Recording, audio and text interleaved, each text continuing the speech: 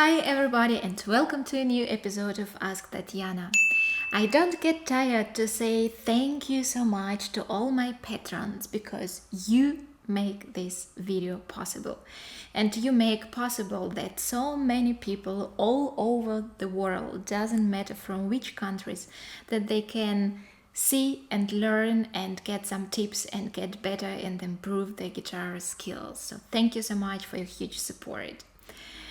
If you are not a Patreon yet, but you would like to join our Patreon family, you can take a look at patreon.com/Tatyana, and there you will find a lot of information, also many exclusive information that is available only for my patrons, and we will be happy if you come to our family. So today I would like to talk to you about Barre or Barré or Barré.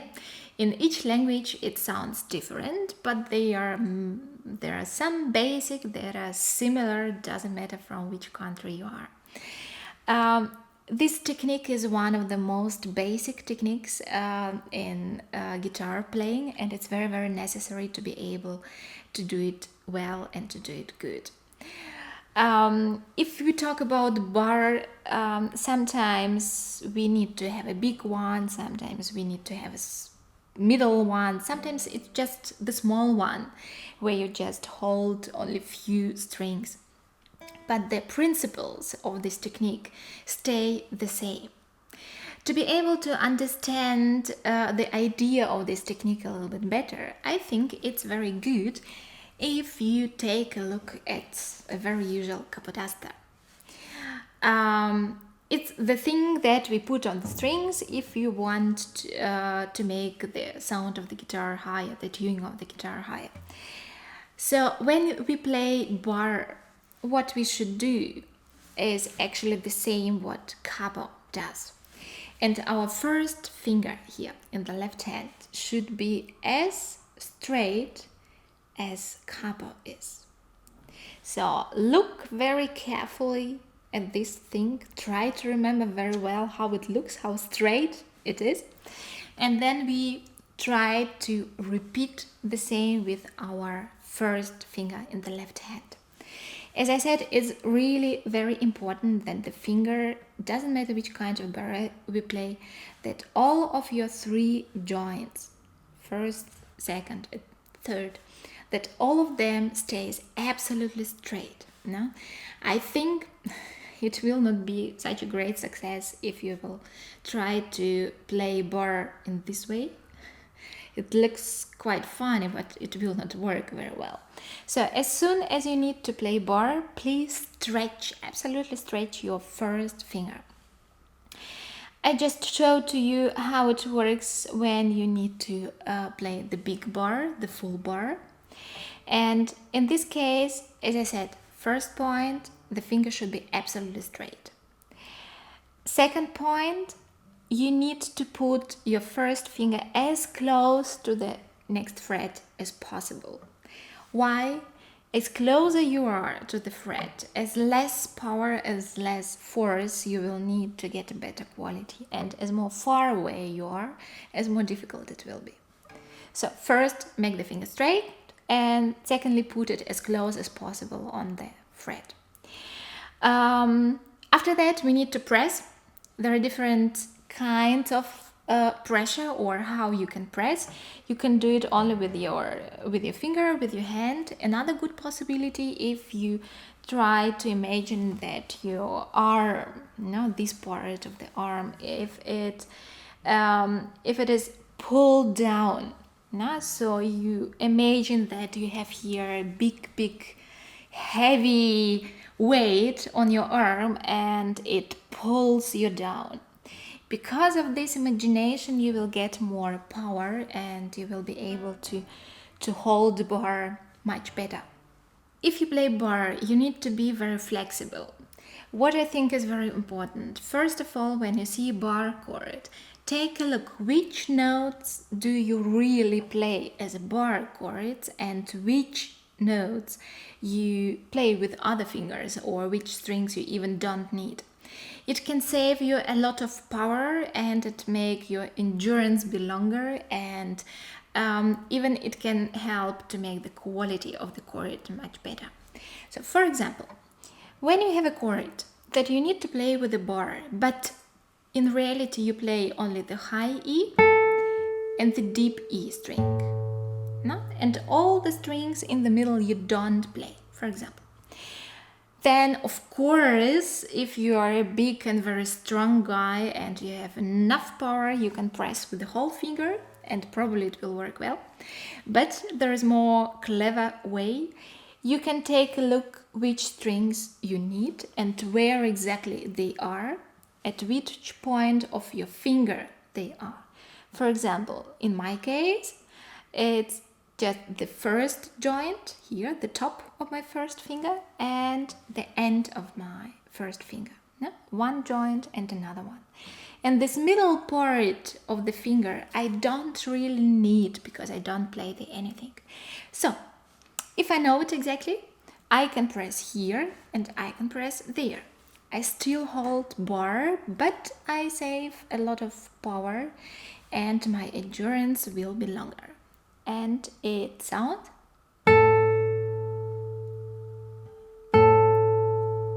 So you send the power, the pressure, exactly at this point on the sixth string and on the first string. And in this part,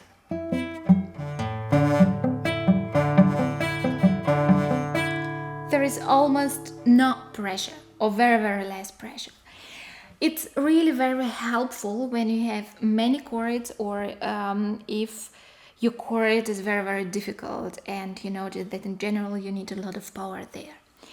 The same case is also, for example, if you don't play only these two strings, but for example you use another fingers. The principle is the same. When you use another fingers, theoretically, it means you don't need to press with first finger because other fingers are responsible for these notes.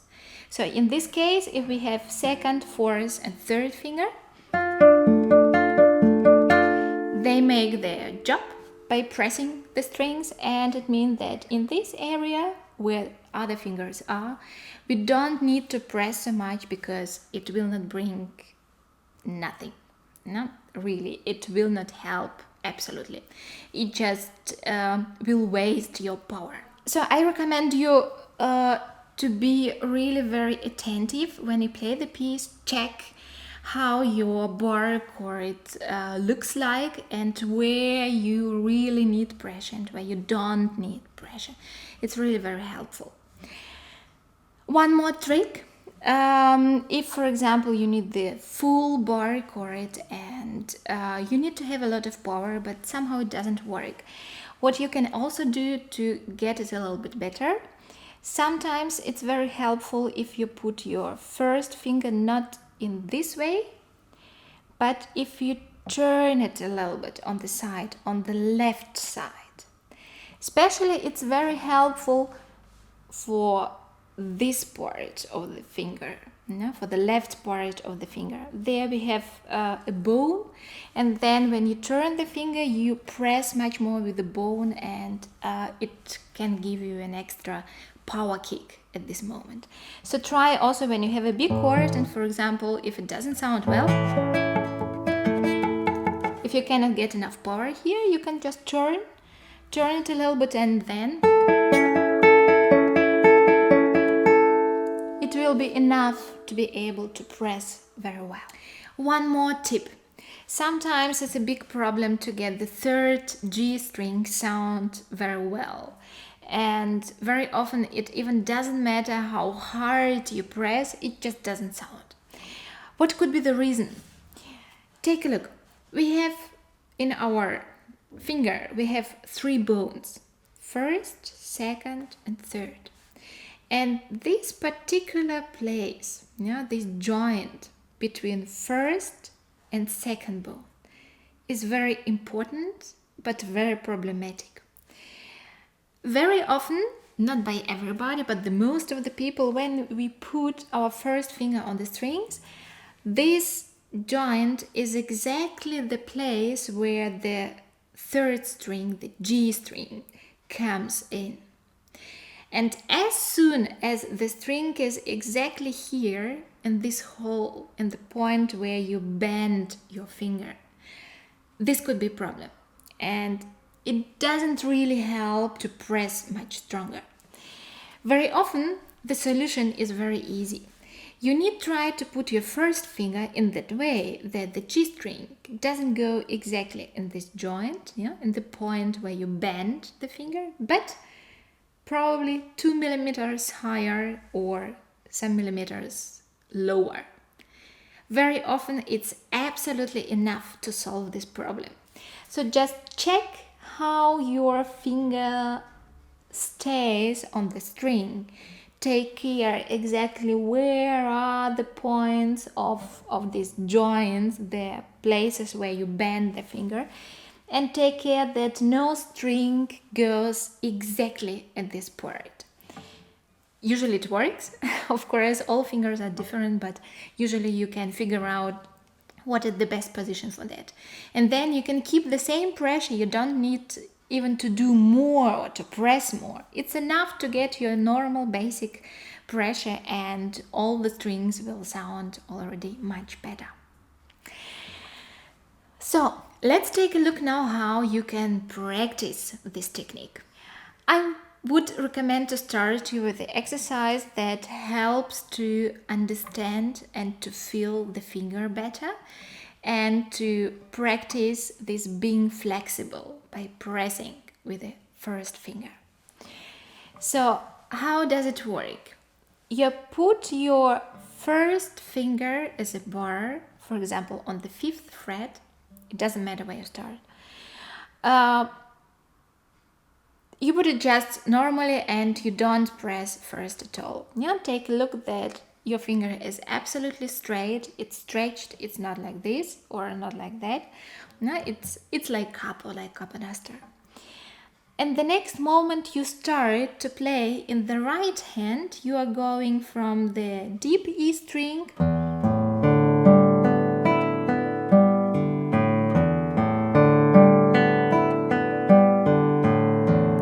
So you just play some kind of a wave, up and down, up and down. And in the left hand, your first finger does in this moment the same wave, but with the pressure. What does it mean? When we start with the 6th string, now you put your finger absolutely straight on the strings, but you press first here on the top of the finger, exactly the place where your 6th string is. Now you start from here. The rest of the finger could be and should be relaxed. No? It's straight, it's lengthier, but it's absolutely relaxed. You start to press on the 6th string, then you go to the 5th, to the 4th, to the 3rd, to the 2nd, to the 1st. Take a look. As soon as we achieved the 1st string, my first finger is absolutely relaxed here on the basis. No? So I took my pressure from this part of the finger away and I transferred it to another bone. We do it once again. You take a look. Your wave starts here on the top of the finger and it goes through the whole finger down. No? We do it once again.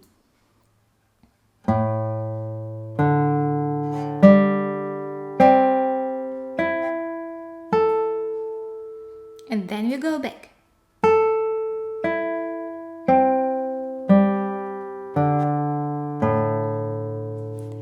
As soon as on my bass strings, my first finger is relaxed in the area of first 3 strings, in the area of trebles.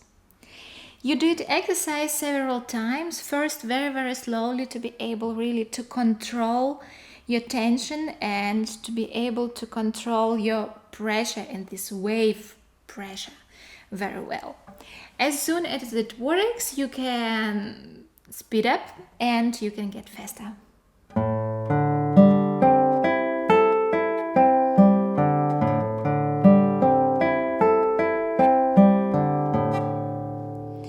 This exercise will give you great control over your first finger, over position of the first finger, and especially of the pressure, of the clever pressure. Another exercise, you can also start in the fifth position. It's a little bit more comfortable. It's the frets are not so far away, or the strings are not so high as here in this area. We start from the sixth string and go to the first and then go back. And our finger does the following movement.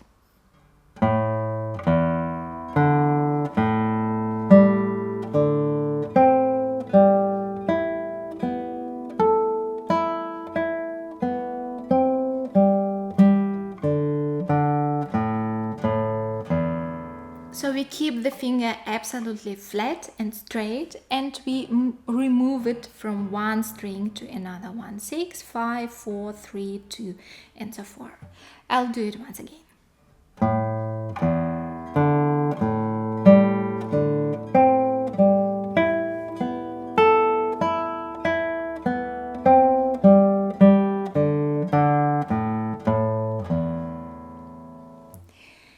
This exercise you can do on each fret you want over the whole fretboard. It's absolutely fine, and it's really very helpful, especially because the string distance will be higher and there you will also need a little bit more pressure. Next exercise, we keep in the right hand the same, so we play 6, 6, 5, 5, 4, 4, and so on. But in the left hand there will be difference. We don't move our first finger down, but we keep it the whole time in the same position, and we play bar, then we relax. We play and relax. Let's take a look.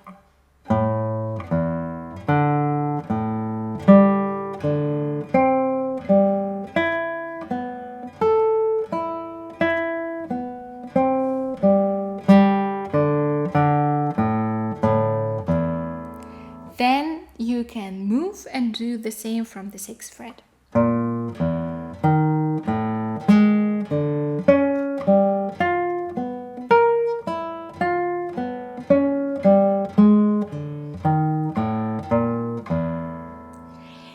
You can modify this exercise, and when you go from the 6th to the 1st string, use the idea that I was talking before of this clever pressure.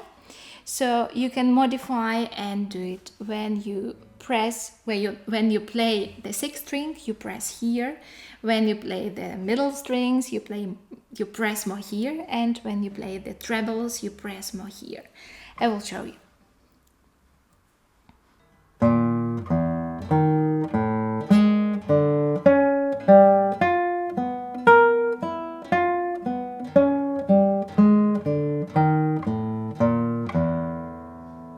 So it's just the question of this wave, this pressure wave that goes from the top of the finger to the end and back.